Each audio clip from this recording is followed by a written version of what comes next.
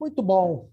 Oficialmente agora, boa noite a todos. Estamos aqui quinta-feira, às 20 horas e 12 minutos, horário de Brasília, reunidos para falarmos sobre empresas familiares, um assunto específico de internacionalização da marca. E antes vamos falar um pouquinho do que é marca, né? Uma forma bem, assim, bem superficial, só para a gente ter uma ideia, bem genérica, né? Para a gente se situar aqui.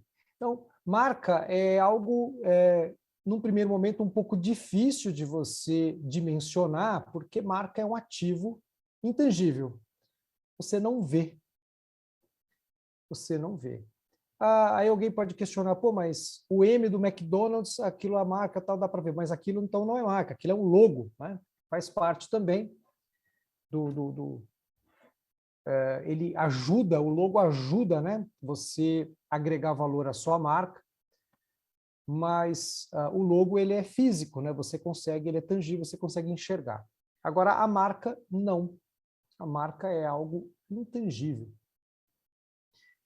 Que, embora intangível, ele carrega consigo valores relacionados a um padrão de produto ou serviço. E trazendo um exemplo aqui na área farmacêutica, a Advil, para os mais jovens, né? Se tivesse o Fred Aiello aqui, eu ia chamar o Doril, né? Que ninguém sabe exatamente, com exceção do Chico que está aí, o que é o Doril, né? Mas quais são os componentes do Doril. Mas ninguém sabe o que é exatamente, né? Os leigos, mas todo mundo sabe que o Doril é para um analgésico, né? Que recomendado para dores de cabeça, etc. Mas o Advil, o que é o Advil? Ele é uma marca, né, de um medicamento à base de ibuprofeno, que foi criada para se diferenciar do mercado de outros medicamentos na mesma base, né, disponíveis no mercado. Coca-Cola, marca global de refrigerante, é uma marca. E só para se ter uma ideia, né, que esse ativo intangível tem muito valor, pode ter muito valor. A revista Forbes Brasil de 2020, do ano passado, selecionou as 5 marcas mais valiosas do mundo. Então, foram Apple, né, Google, Microsoft, Amazon e Facebook. No Brasil, as marcas mais valiosas em 2019, segundo o portal UOL, foram Bradesco, avaliada em 9,4 bilhões de dólares, seguidos do Itaú Unibanco, 8,3 bilhões, cerveja Skol, 7,2 bilhões, Brahma, Globo Comunicação, Antártica, Magazine Luiza, etc. Aqui a gente traz um comparativo, né, das principais, das mais valiosas marcas do mundo. Vocês veem que a ordem já mudou, e eu fiz questão de mostrar essa diferença, porque os critérios para avaliação da marca, eles são um pouco subjetivos, né? Dependendo muito do método que você utiliza.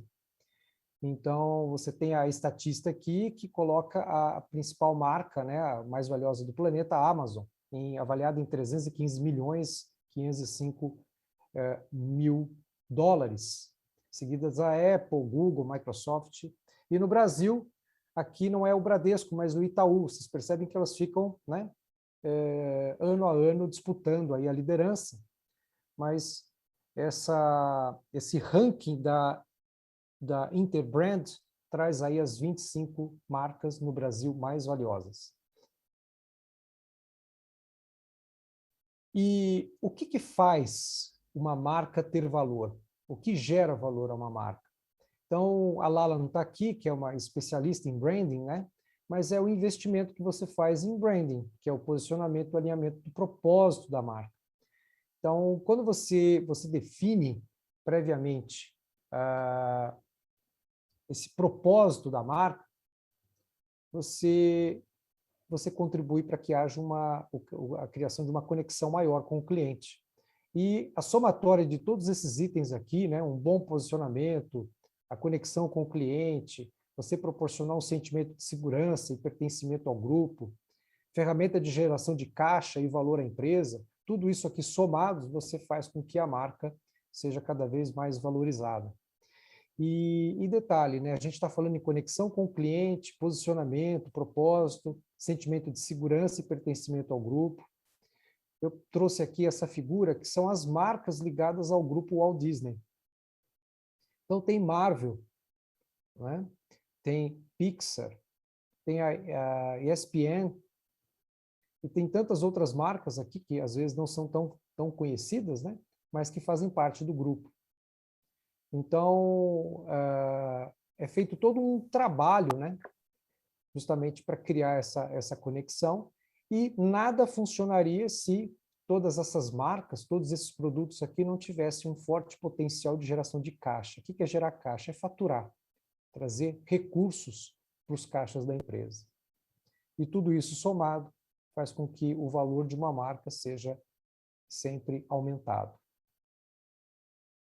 Eu trouxe aqui para vocês, em setembro do ano passado, eu precisei fazer uma cotação para uma cliente que acabou não fazendo, achou muito caro, e é caro mesmo.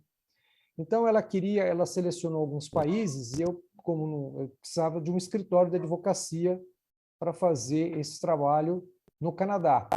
Então a demanda era fazer o registro da marca no Brasil, no Canadá e nos Estados Unidos.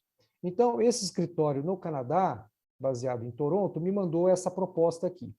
Então, ele dividiu o seguinte: primeira etapa do trabalho seria a pesquisa de disponibilidade da marca, para saber se a marca que o cliente estava querendo registrar estava disponível para registro, e por esse trabalho, por essa busca, ele cobraria $1.000, tá?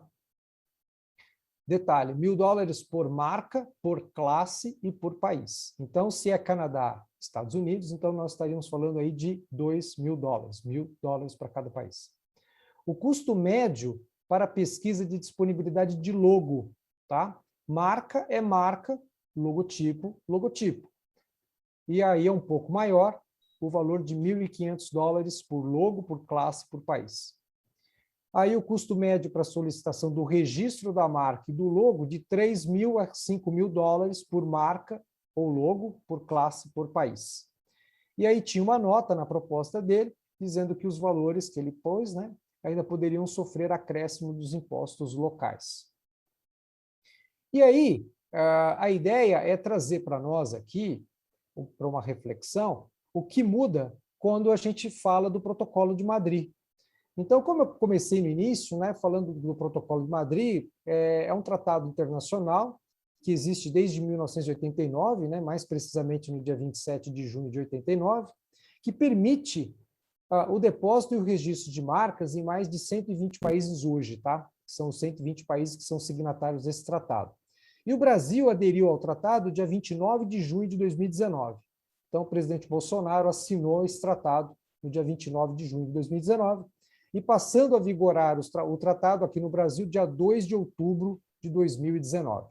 Eu dei um giro, né, até antes de poder trazer esse tema aqui para vocês, para saber quem fez, né, algum colega meu que tenha utilizado o Tratado de Madrid. Curiosamente, eu não tenho conhecimento ainda de alguém que tenha feito, tá? Eu já fiz algumas cotações, tudo, mas dizer para vocês que a gente já fez, não posso dizer, porque ainda não fizemos nenhum ainda, tá? Está muito recente.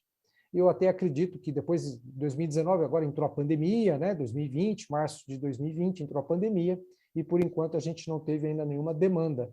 Mas, tendo demanda ou não, é importante a gente saber, seja como profissional, né, do direito, ou como empreendedor mesmo, que existe essa possibilidade, tá? A preços bem mais acessíveis. Então, teoricamente falando, a partir do dia 2 de outubro, o Brasil já pode atuar não só como receptor, tá, de pedidos de registro de marca no Brasil e nos 120 países que fazem parte desse tratado, mas também o inverso. O Brasil hoje, através do INPI, ele está habilitado a receber pedidos de registro de marca no Brasil, por exemplo, de profissionais que estão nos Estados Unidos, de profissionais que estão no Canadá, de profissionais que estão na União Europeia. E o INPI no Brasil, ele vai analisar esses pedidos e esse profissional lá na União Europeia, como no exemplo, ele vai dar entrada lá da Itália, na França, seja lá onde ele estiver, né, na União Europeia, e ele vai, dentro da plataforma, né, da Secretaria Internacional, que eu vou mostrar aqui para vocês como é que funciona, o INPI no Brasil vai ser acionado para poder fazer a análise do pedido dele, e se estiver dentro da legislação, vai ser deferido o registro de marca para ele no Brasil também. Então, ele vai ter a proteção na União Europeia e também no Brasil. Então, essas disposições do protocolo foram incorporadas já ao direito brasileiro. Tem o decreto legislativo 98/2019, para aqueles que têm interesse em se aprofundar mais no tema. E esse decreto deu origem à resolução INPI 247/2019, que regula toda a sistemática dos pedidos de depósito, registro, né? Como é que funciona, está tudo disciplinado nessa resolução. E detalhe, o INPI é brasileiro, né? E você tem lá, cada país tem o seu instituto, o seu INPI, né? Respectivo. Então, mas como é que poderia conciliar tudo isso? Na prática, funciona assim. Então, cada órgão, por exemplo, o INPI no Brasil destacou alguns funcionários, tá, internos, e esses funcionários vão compor, junto com outros funcionários de outros órgãos de outros países, e esses funcionários criaram uma espécie de comitê, que a lei chama de Secretaria Internacional. É um comitê composto por profissionais de vários, dos 120 países, né, que são signatários do tratado, para poder fazer essa avaliação. Então, no âmbito do Brasil, do INPI Brasil, os nossos profissionais aqui, eles vão ser acionados quando vier algum pedido de registro para o Brasil, entendeu? Alguém querendo que a marca deles também tenha extensão aqui no Brasil. Gente, isso é uma evolução muito grande, muito grande. Antes disso, para que vocês tenham uma ideia, tá? Para que a gente tivesse uma marca, tá? Para eu poder ter proteção dessa marca em outros países, eu teria que contratar individualmente profissionais da área para cada país que eu quisesse obter essa proteção. Isso ia me gerar um custo gigantesco. Vamos voltar aqui na tabela que esse colega canadense nos mandou. Então, só para se ter uma ideia, vamos considerar aqui a hipótese de eu solicitar o registro de uma marca, tá? Uma classe, tá? E um país. Faz de conta que eu estou só requisitando o registro no Canadá. Então, eu teria aí, para fazer a busca, eu pagaria $1.000, tá? Se eu tivesse logo também na minha marca, mais $1.500, já são 2.500. Para eu solicitar o pedido de registro, vamos supor, superada essa primeira fase, tá? A marca, o logo estão disponíveis para registro, então eu vou vou para essa terceira fase aqui. Então, eu faço a solicitação de registro e aí eu tenho mais $3.000 para acertar. Então, eu tenho 3, 4, eu tenho $4.500. Lembrando que ele fala custo médio, né? Porque ele fala que é de 3 a 5 mil dólares. E se eu tenho, por exemplo, outras classes, a cada classe que eu adiciono, eu vou ter mais 3.000, de 3.000 a 5.000 dólares adicionais, tá? Então, nessa brincadeira, na melhor das hipóteses para mim aí, eu vou ter um custo, tá? Um custo, lembrando que eu estou falando de custo, tá? Não estou falando de honorários do colega lá, que eu não pus, mas só de custo geraria aí algo em torno de 5 mil dólares, tá? 5 mil dólares.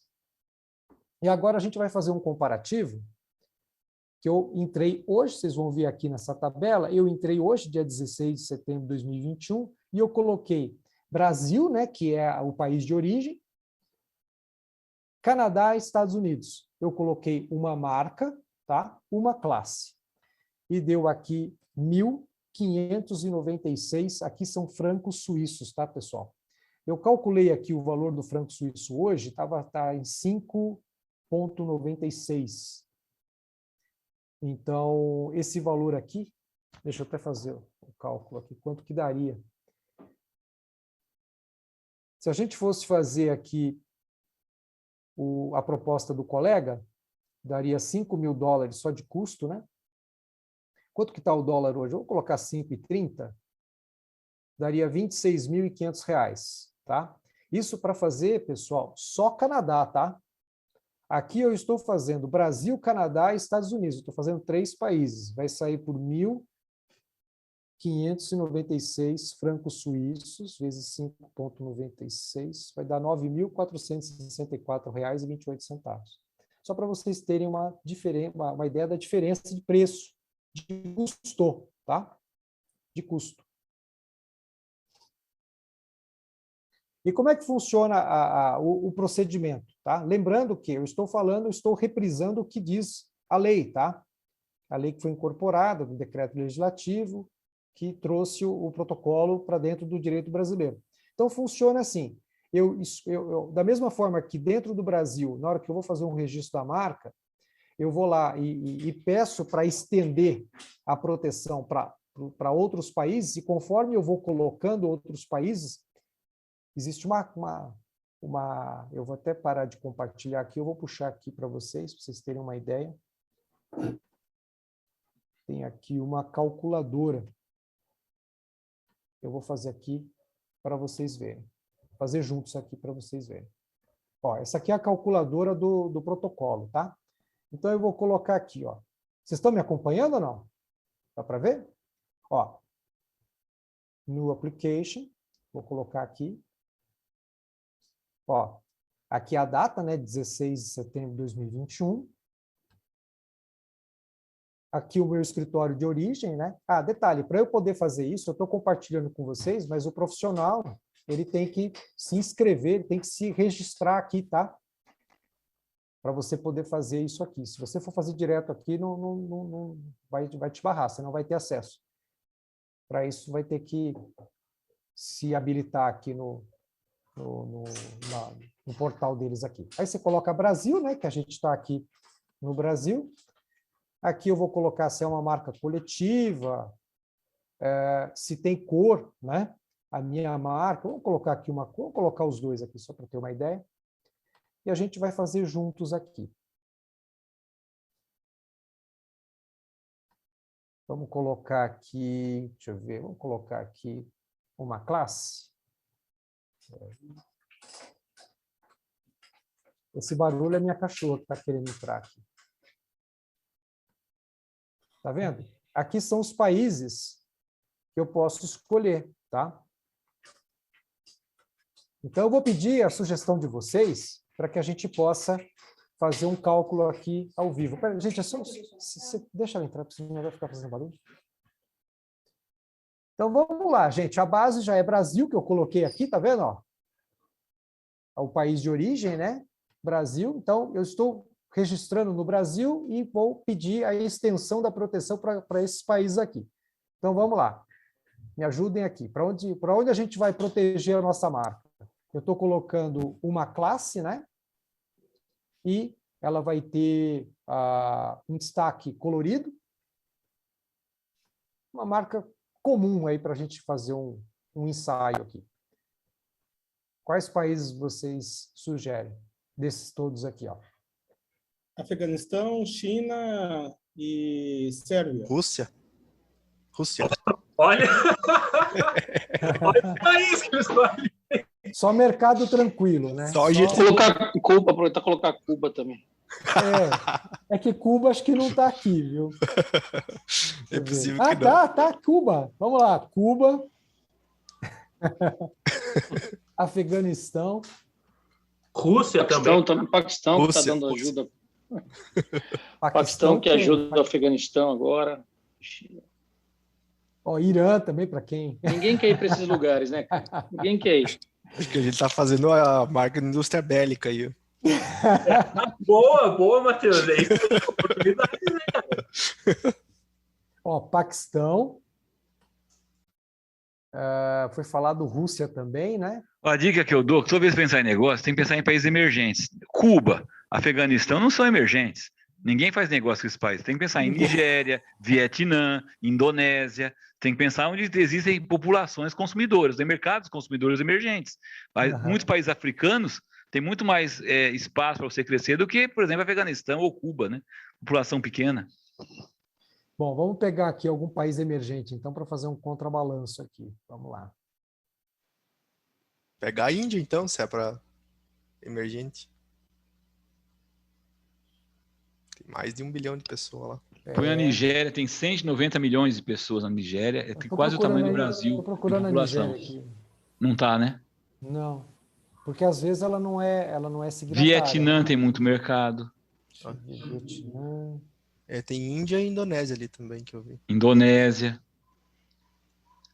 África do Sul, são países que têm poder de barganha muito grande. Vietnã tem, Vietnã. México tem bastante mercado. México tem.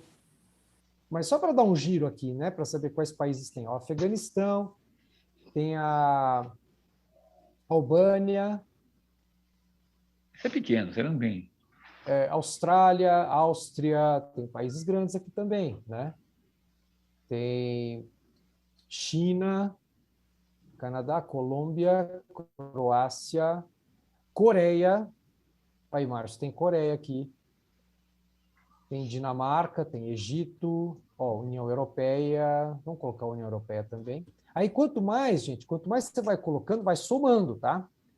Vai ficando mais caro. Vamos colocar Estados Unidos também, se vocês quiserem. Reino Unido. A gente já colocou União Europeia. Vamos fazer Paquistão. Alguém pediu Paquistão? Deixa eu ver se eu acho outro país emergente aqui.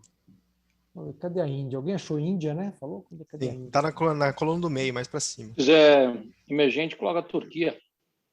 Turquia é bom. Desgraçada, mas... A Turquia sempre foi emergente. Sim. Sempre teve muito negócio lá. Tem uma parte que é praticamente Europa, né? É desenvolvido, né? A parte ocidental, provavelmente. Só não é aceita como Europa. Nem precisa. Apesar de ela ter geograficamente, mas esse é maior. Economicamente nem precisa ser. É maior. Como é que fala? Achei a Turquia aqui, ó. A União Europeia não quer aceitar a Turquia de jeito nenhum. Vamos ver quanto é que deu? Aí eu ponho aqui, tá vendo? Calcular. Ele deu aqui o valor. Olha que curioso. Suíços. Deu em francos suíços, tá? Então, deu 3.079 francos suíços. Então, a gente calculando aqui.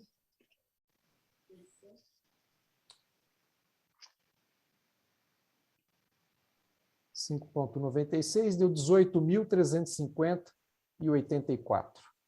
Lembrando que a proposta do colega canadense, só Canadá deu $5.000, deu no mínimo R$25.000, né? E aqui a gente viu quantos países. Aqui eu ponho o print, quer ver? Aí ele vem aqui, ele me dá um sumário aqui daquilo que a gente pediu.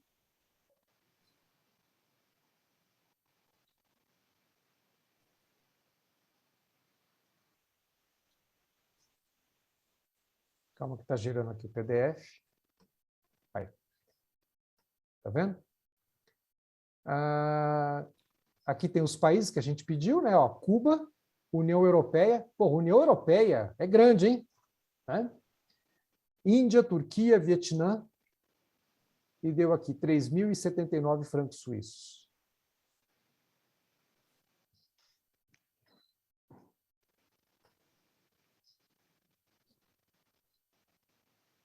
Vocês estão vendo aqui?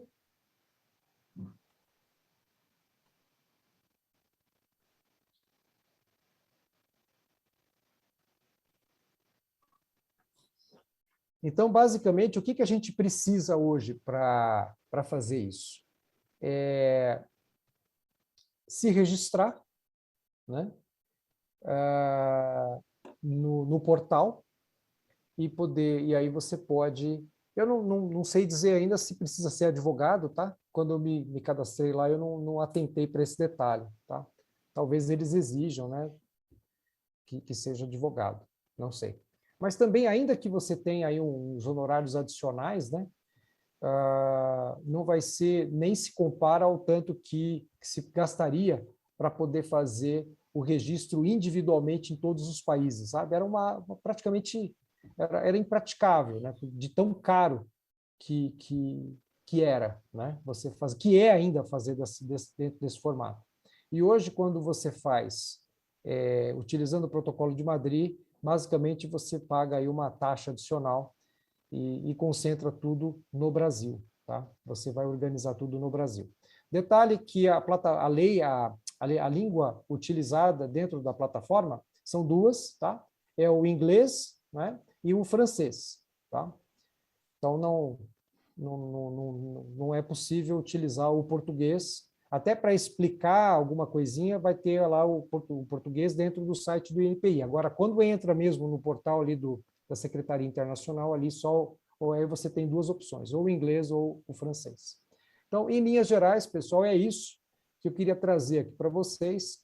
Eu considero isso uma evolução muito grande, que não se sabe por quê, talvez em função da pandemia está sendo pouquíssimo divulgado, mas é algo que está aí ao alcance, inclusive das empresas familiares de pequeno e médio porte, porque é algo que até então era praticamente de exclusividade das grandes empresas, né, multinacionais, etc., que tinham cacife para poder pagar escritórios ao redor do mundo para poder fazer esse tipo de registro.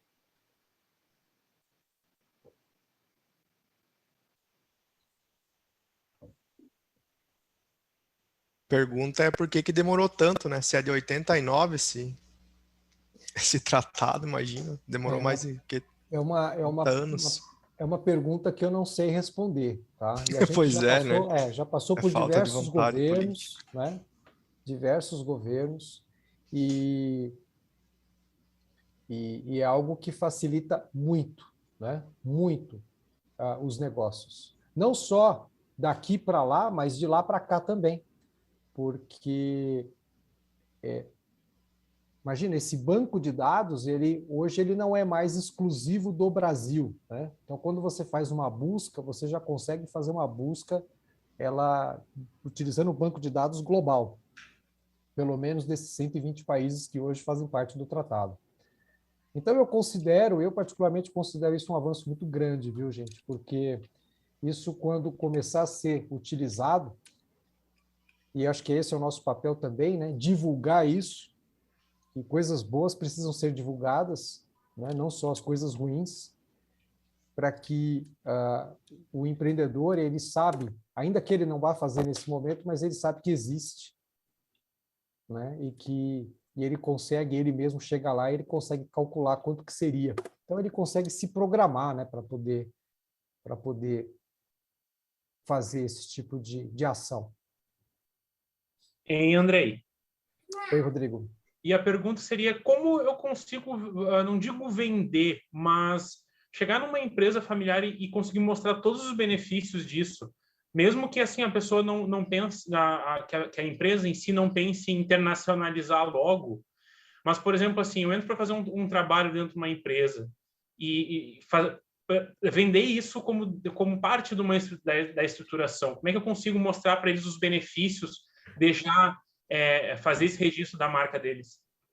Antigamente, Rodrigo, assim, você só se sentiria realmente estimulado a fazer algo nesse sentido se você eventualmente fosse vender para um outro país, né?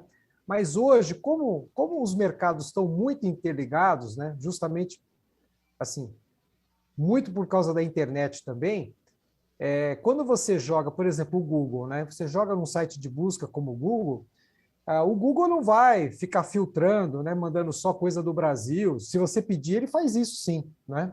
Mas quando você joga alguma coisa, ele vai rastrear onde ele achar, né?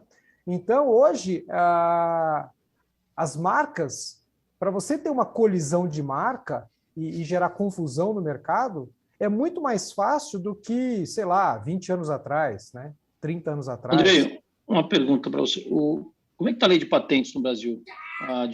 Está demorando para sair a aprovação de uma marca, uma exclusividade, alguma coisa? Como é que está isso? Porque antigamente era um parto, né? Sim, inclusive, até para trazer esse tema hoje, né, eu fui dar uma pesquisada, né? Tem uma nota do INPI, né, se comprometendo a reduzir o prazo, porque é um gargalo nosso aqui, né? Meu Deus. É um gargalo nosso, faz parte do custo do Brasil, a demora, né, para poder... Então, hoje, o INPI ele já está bem mais ágil, tá? Então, hoje, um pedido de marca, patente, a gente tem, assim, faz menos, né? Mas um pedido de marca hoje demora algo em torno de 2 anos, tá? Já foi 5 anos, 6, tá? Então, assim, a gente comemora, tá? De 5 para 2 é um avanço grande. Mas a tendência que eu vejo é o seguinte, para o Brasil continuar dentro do tratado, ele tem que se esforçar e ele tem que fazer um trabalho de primeiro mundo. Então, a expectativa que a gente tem é que esse prazo ainda seja reduzido ainda mais. Tá? Então, o que é um prazo razoável, tá, dentro do mercado internacional? É você ter um registro em 1 ano, tá? 7, 8 meses, 1 ano, é um prazo razoável. Ainda não chegamos lá, mas dentro do protocolo aqui, pelo menos os casos de extensão de marca, eu tenho a impressão que o INPI aqui no Brasil vai correr para ficar dentro do padrão internacional, né? Então, certamente ele vai priorizar esses casos aí, e talvez até em detrimento dos pedidos que a gente tem aqui. Isso sou eu que estou falando, tá, gente? Não sei. Uma coisa que me chamou a atenção no slide que você usou de referência de valor de marca é de 2019, né? Colocando a Amazon como primeiro do mercado. Eu não sei se você quiser voltar aí só para a gente comparar, título de curiosidade, como a evolução do mercado, que é um negócio impressionante, mesmo com a pandemia no meio. Pois é, mas da pandemia ela cresceu para caramba, né? Muito, muito. Ela cresceu para caramba. Apesar que esse ranking aqui é de 2019 ou 2020? Acho que era 2019 ou 2018, pelo que eu vi ali. 2019. Esse aqui... Estava dando Amazon e Apple, né? Então, mas aqui, ó, a Forbes Brasil colocou a Apple como já maior. É isso aí. 2021 ela bateu essa semana, cara, 2,1 trilhões. Pois é. E olha aqui em 2019, a Amazon, né, você está falando? A Apple é a primeira hoje, é a mais valiosa. A Apple, ela estava aqui... Cadê a Apple? Que estava em segundo ali. 309 milhões, né? 527 mil. Incrível, cara. Pois é.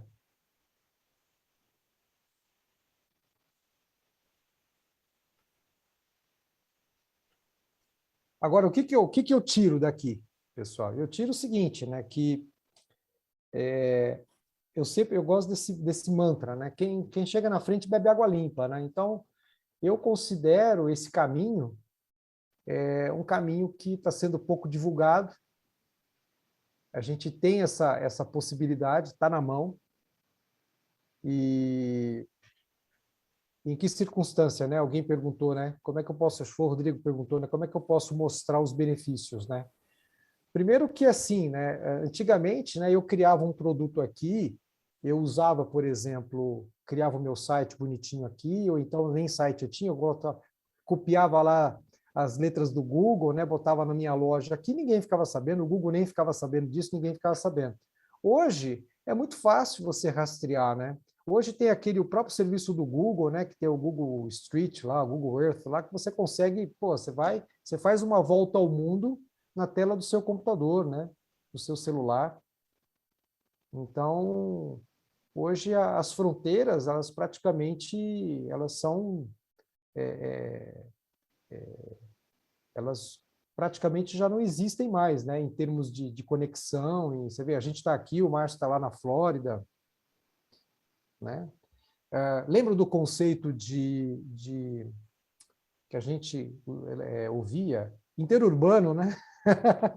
chamadas interurbano, né? Então, a gente tem aqui uma chamada aqui, né? Com multi-pessoas, multi-localidades e a custo, não vou dizer custo zero, né? Porque cada um aqui está pagando a sua internet, mas não deixa, é um custo descentralizado, né? Ninguém está pagando por essa chamada especificamente, né? Então, muita coisa mudou. E eu vejo assim, que antigamente você não se preocupar com marca até poderia fazer um certo sentido. Mas hoje, né, está tudo interligado. Então, se você está querendo montar um negócio que realmente seja reconhecido, então acho que vale a pena, né? Talvez não nesse momento, mas está dentro do radar você já expandir a proteção da sua marca, até porque você, com essa globalização que está acontecendo, né? Você nunca sabe exatamente quando vai ser o momento para você expandir, e eventualmente nada impede que você tenha clientes fora, né? Então é importante, porque amanhã ou depois alguém acha a sua ideia legal, acha a sua marca legal, né? E não precisa ser um gringo não, tá? Um brasileiro mesmo, né? Ele olha, pô, ideia legal isso aqui, né? Aí ele vai lá e registra, né? E o que você vai fazer? E hoje você tem condições de, a não ser que você trabalhe muito, né, a sua marca, e você tenha o reconhecimento de marca de renome, né? Marca de alto renome. A marca de alto renome, ela já tem essa proteção sem que você precise pagar por ela, tá? É isso que eu precisava falar também para vocês. Algumas marcas são de alto renome, como McDonald's, como o próprio Facebook conseguiu recentemente.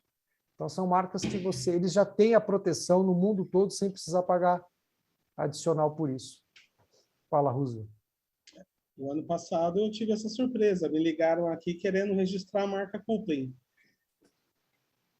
Mas quem que queria registrar?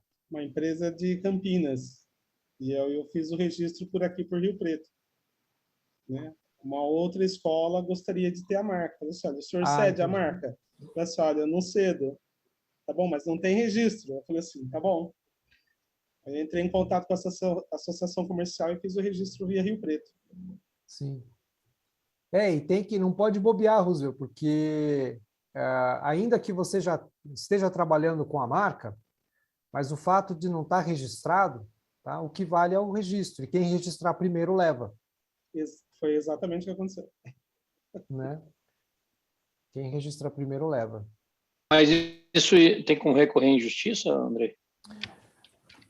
Assim, não, você até pode recorrer, né? Você pode, mas assim, existem inúmeros precedentes, né? Que dizem assim, que vai ter o direito quem registrou primeiro.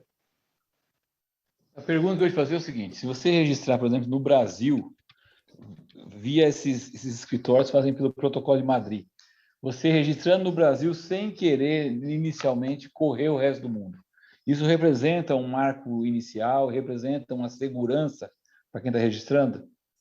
No Brasil, sim. Só para o Brasil? Só para o Brasil. Para você obter. Então, por exemplo, uma marca espanhola querendo entrar no Brasil, por exemplo, chamada FMK, por exemplo, FMK, e é um serviço de auditoria, auditores, advogados independentes. E se eles vierem para o Brasil, digamos que você tem o registro dessa marca aqui, eles conseguem entrar no Brasil com esse nome? Não. De jeito algum? Não. Agora eu entendi sua pergunta. Então, o registro que você tem no Brasil, ele te concede a proteção não só para brasileiros que queiram eventualmente utilizar essa marca também para os negócios deles, como aconteceu com o Roosevelt, mas também de estrangeiros que queiram vir aqui e utilizar essa marca e registrar essa marca. Eles não vão conseguir. Tá? Agora, se esse espanhol ele quiser montar uma FMK lá na Espanha, ele consegue, porque eu não tenho essa proteção lá. Mas digamos que seja ele uma multinacional que, tipo, KPMG, esses escritórios maiores que Deloitte. São internacionais. Deloitte, exatamente.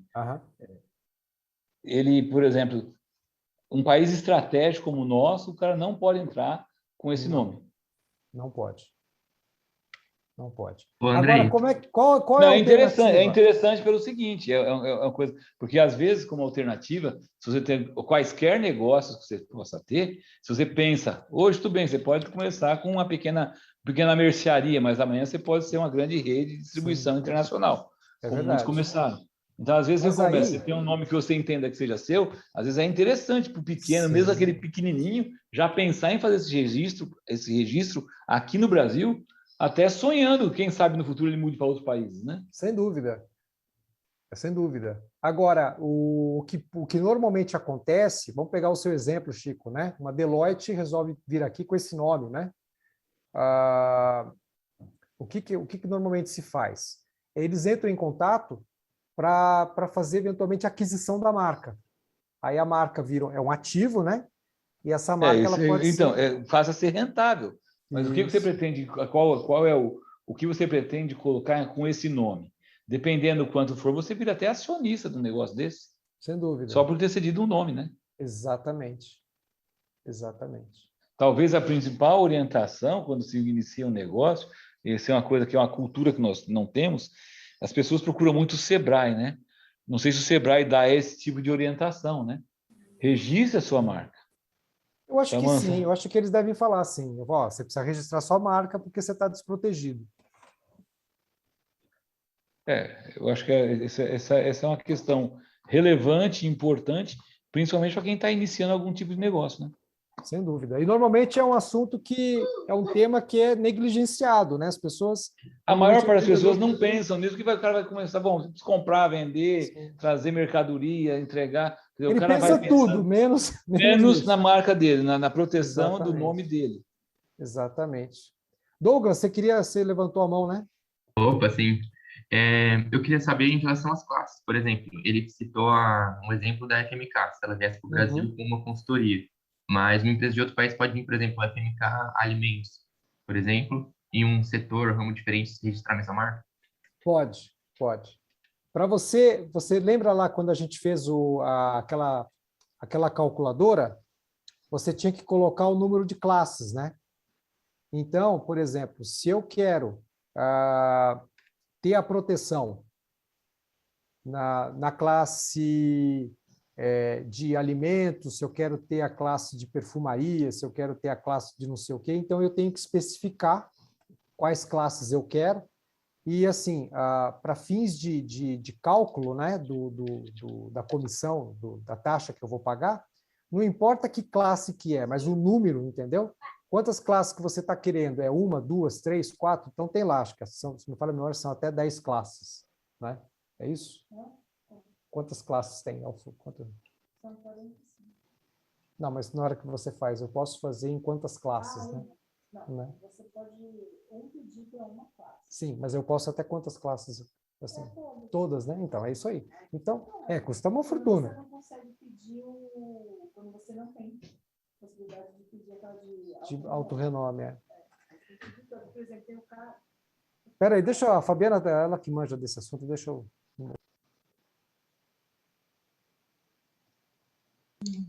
Tem o caso da Cosan, que virou Raizen. Quando ela mudou de nome, ela foi atrás, existia uma banda no Rio Grande do Sul que tinha esse nome.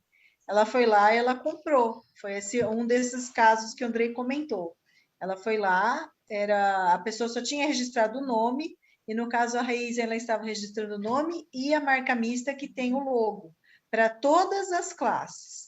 E aí tinha essa de música, ele foi lá e comprou da pessoa, né? Como a Raizen não tinha como pedir até aquele momento como uma marca de alto renome, que é uma das possibilidades que vale para todas as classes, né? Por exemplo, quando ele estava falando McDonald's, Nike, são marcas reconhecidas, né? Boticário, marcas nacionais reconhecidas. Então, na época, eles pediram esse de alto renome, então não precisaria pedir em cada classe. Agora, nesse caso da Raizen, ela foi em todas as classes e fez os pedidos. Vocês podem até pesquisar, ela tem vários pedidos em nome da Raizen em todas as classes. Eu não preciso... Legal. Eu não preciso nem dizer que a Raizen gastou uma fortuna, né, para isso, né? Porque ela foi classe por classe Então, realmente não ficou barato. O Rodrigo levantou a mão. Não, eu só queria, desculpa até se tu já falou isso, mas essas classes elas precisam ser relacionadas ao contrato social ou, por exemplo, a minha razão social, as classes da empresa, quando eu vou fazer o contrato social, quando eu vou registrar a marca, elas precisam estar relacionadas ou, por exemplo, assim, eu não sei, eu montei uma empresa de roupa. Mas, enfim, eu quero que aquela marca seja registrada em todas as classes. Eu posso fazer esse registro de todas as classes para proteger ela, então? Você pode, Rodrigo, você pode sim, tá? E até é importante que você faça isso, tá? Se você quer ter essa proteção, você faz sim. Mas se ele quer ter a proteção naquela classe específica, ele tem que fazer, né? Porque senão ele não vai ter a proteção. Agora, uma outra pergunta que você fez, eu acabei não respondendo, que como mostrar, né, para as pessoas os benefícios, né? É você pegar e fazer um comparativo como esse que a gente fez, né? Olha, se você for fazer, então, vamos supor que você quer fazer no Vietnã, né, algum país emergente aí, você quer fazer Turquia, tal. Então, imagine que se você for contratar escritórios específicos, tá? Para cada país desse, você for contratar esses escritórios para poder fazer isso vai te custar muito mais do que você concentrar isso e fazer pelo Protocolo de Madrid. Porque você concentra tudo no Brasil, entendeu? Você faz aqui no Brasil, que aqui mesmo vai estender. Na verdade, não é que você vai fazer no Brasil, né? É que você vai entrar numa... É como se você entrasse fazendo um paralelo aqui, quando você está no aeroporto, você entra no... Como é que chama aquela área que todo mundo gosta de comprar uma... Hã? Free shop. Isso. Só que aqui não chega a ser free, né? Mas assim, você entra numa comunidade que é internacional e você consegue, dentro desses 122 países, você consegue direcionar a proteção para onde você quer. Entendeu? É como se você estivesse numa comunidade, você entra numa comunidade internacional. E é isso mesmo, né? Você entra num ambiente que é virtual, tá? Mas é que tem representantes de todos os 122 países ali. Não, mas eu entendi o que tu fala. Na verdade, o benefício está justamente tu ter essa segurança no digital, né? Até exato o que a gente estava falando na live que eu fiz agora mais cedo era justamente isso, das oportunidades e que não tem fronteiras. Então, acho que realmente essa proteção da marca seria para isso, né? E se vocês olharem lá, né, a gente tem ali, não desmerecendo, né, os demais, mas a gente tem ali os principais países, né? A gente foi recentemente cotado para fazer no Peru, né? Peru não tem. Peru, Bolívia não tem. Mas aí, nesses países, você vai lá e contata um escritório local para fazer, né? Agora, o mais importante é que esses países mais, vamos chamar assim, mais estratégicos, né? Que são esses que o Brasil tem mais negócios, eles estão lá. Todos eles estão lá. Né? Imagina, você consegue, União Europeia, né, com um único clique ali, você consegue proteção para todos os países que compõem o bloco europeu. Gente, isso é fantástico. Porque, caso contrário, você teria que ir na Itália, na França, imagina, para ir em cada país, você ter que contratar um escritório específico para fazer. Ia ser uma fortuna. Né? Sem contar o custo para fazer monitoramento, você ia ter que ficar monitorando vários escritórios, vários contratados para poder fazer isso. Então, isso tem um custo também, né? Você ficar gerenciando cada escritório uma língua, imagina, o alemão, você tem que falar alemão, o inglês, o francês, o italiano, né? Não é algo assim tranquilo, né? E aqui não, você vai optar pelo inglês ou pelo francês, você vai condensar tudo ali, né? Você vai ter um controle, ter acesso a todas as informações que você precisa ali. Tudo concentrado. Você está mutado, viu, Rodrigo?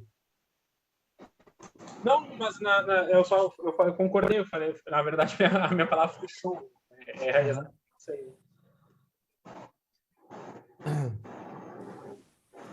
Então, assim, em linhas gerais, o que eu vejo como benefício, aquilo que o Chico falou, né?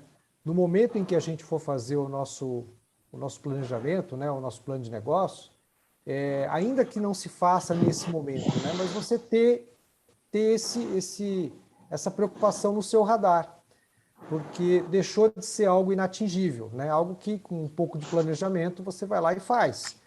É lógico que não é de graça, tá? Não poderia dizer que é barato, não é barato, mas longe de ser aquela aberração que era algo impraticável que era antigamente, né? Você ia gastar aí... Você vê exemplos em lojas, por exemplo, é muito comum, né? Mundo das tintas, né?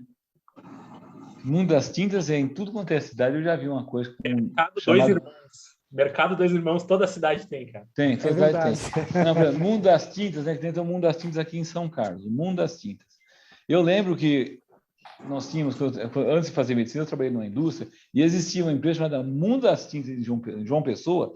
O cara comprou do Brasil inteiro e deu calote e desapareceu, né? E com esse nome, né? Aí você vê uma loja que Mundo das Tintas, será que é o mesmo dono? Fica uma situação meio complicada. Até dentro do Brasil, essa questão de uma marca, né? É que, claro, né? Não representa nada o conhecimento de uma pessoa que eu vi isso em 1984, né?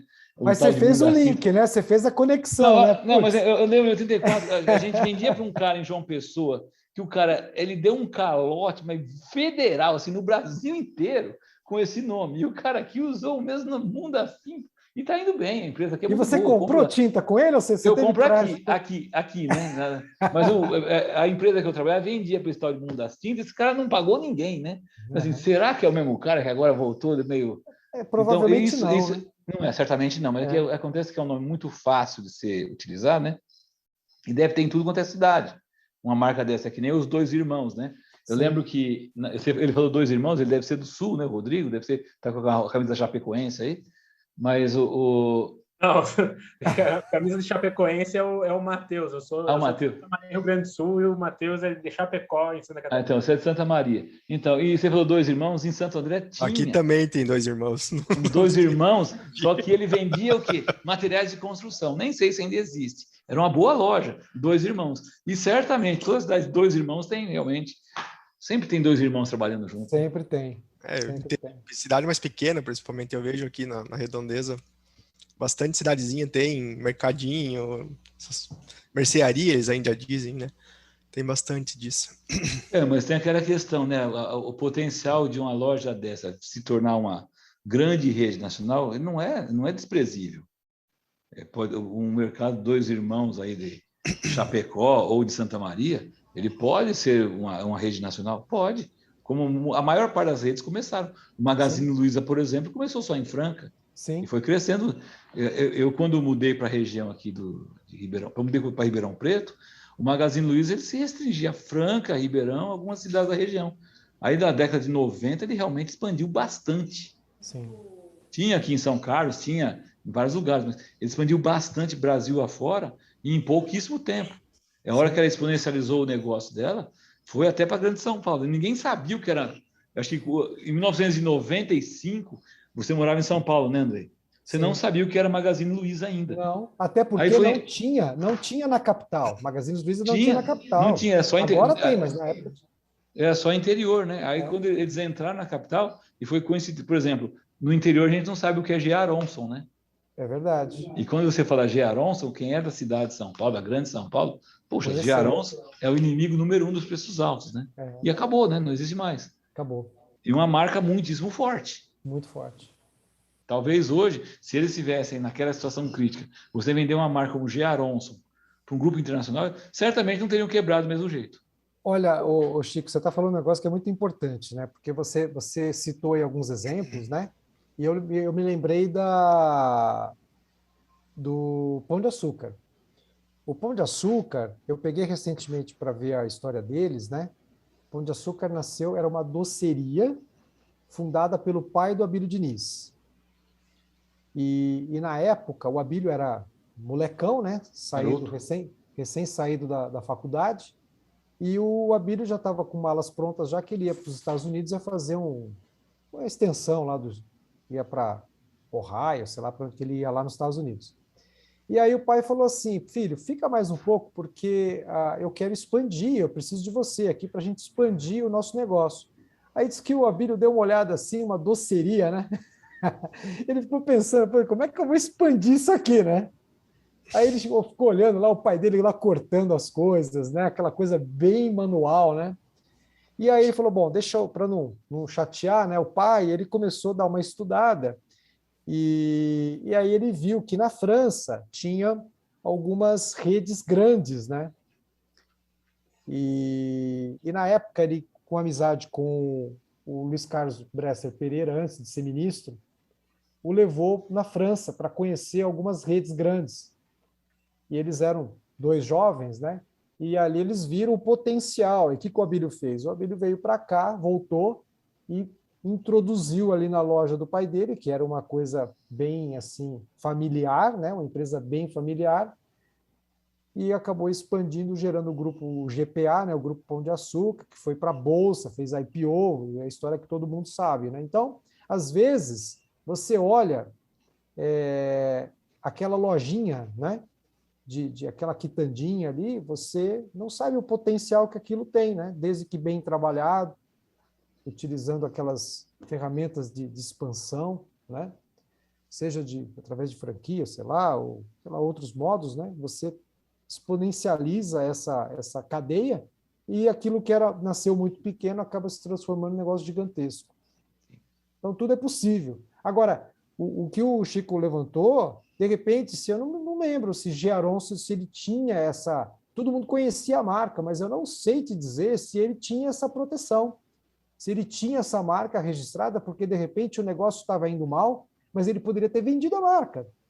Ele poderia ter vendido para algum outro varejista, ele poderia ter vendido para algum concorrente dele, ele poderia ter vendido para Via Internacional, Varejo, talvez. Né? Poderia ter vendido para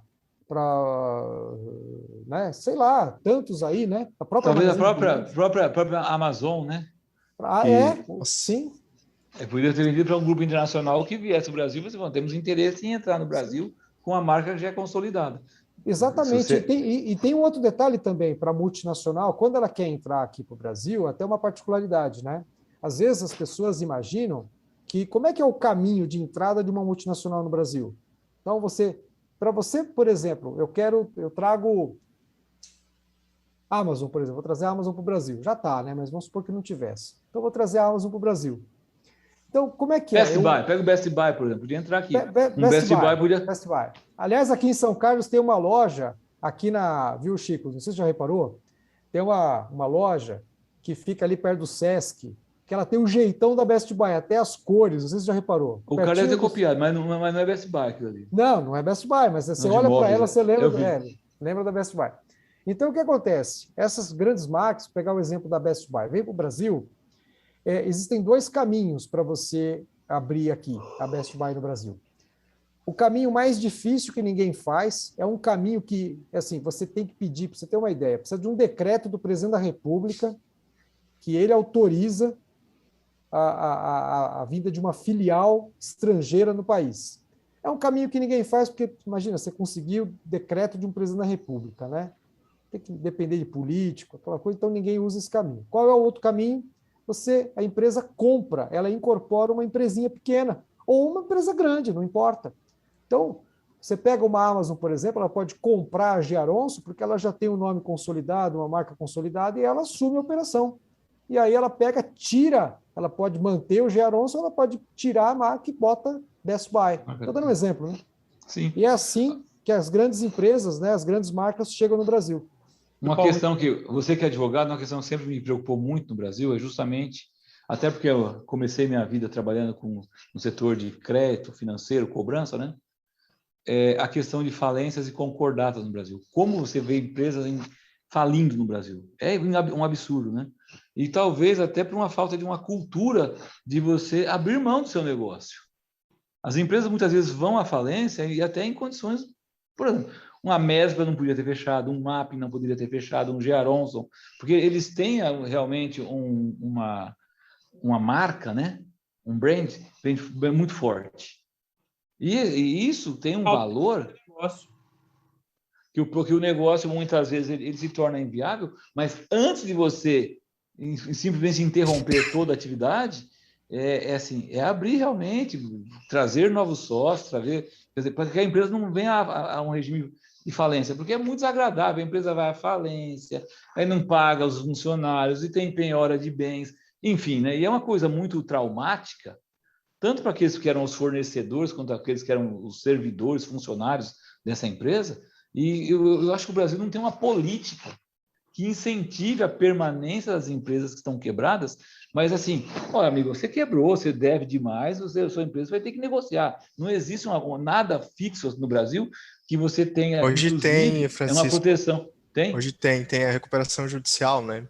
Que é isso? Isso é recuperação judicial, não tem nada de novo, isso é uma coisa antiga. Não, substituiu a concordata. Não, que é isso, não é isso.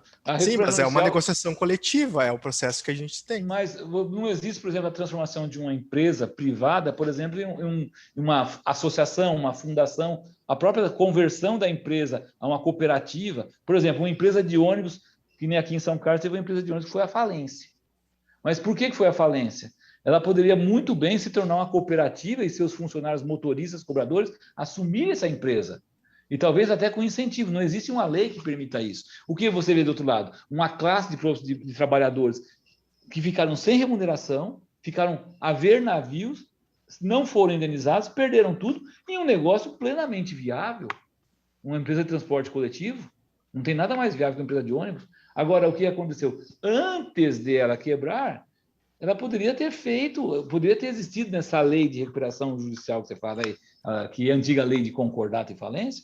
Eu acho que falta realmente uma lei que proteja a consolidação do mercado profissional.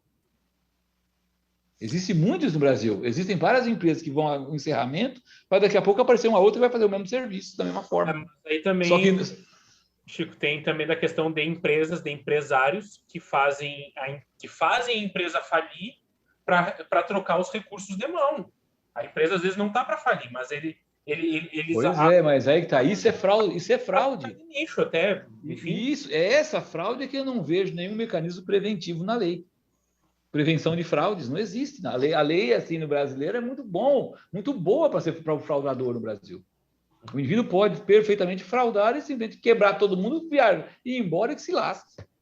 Se lasque, as pessoas são os verdadeiros credores dele, né? É isso aí. Mas tá bom.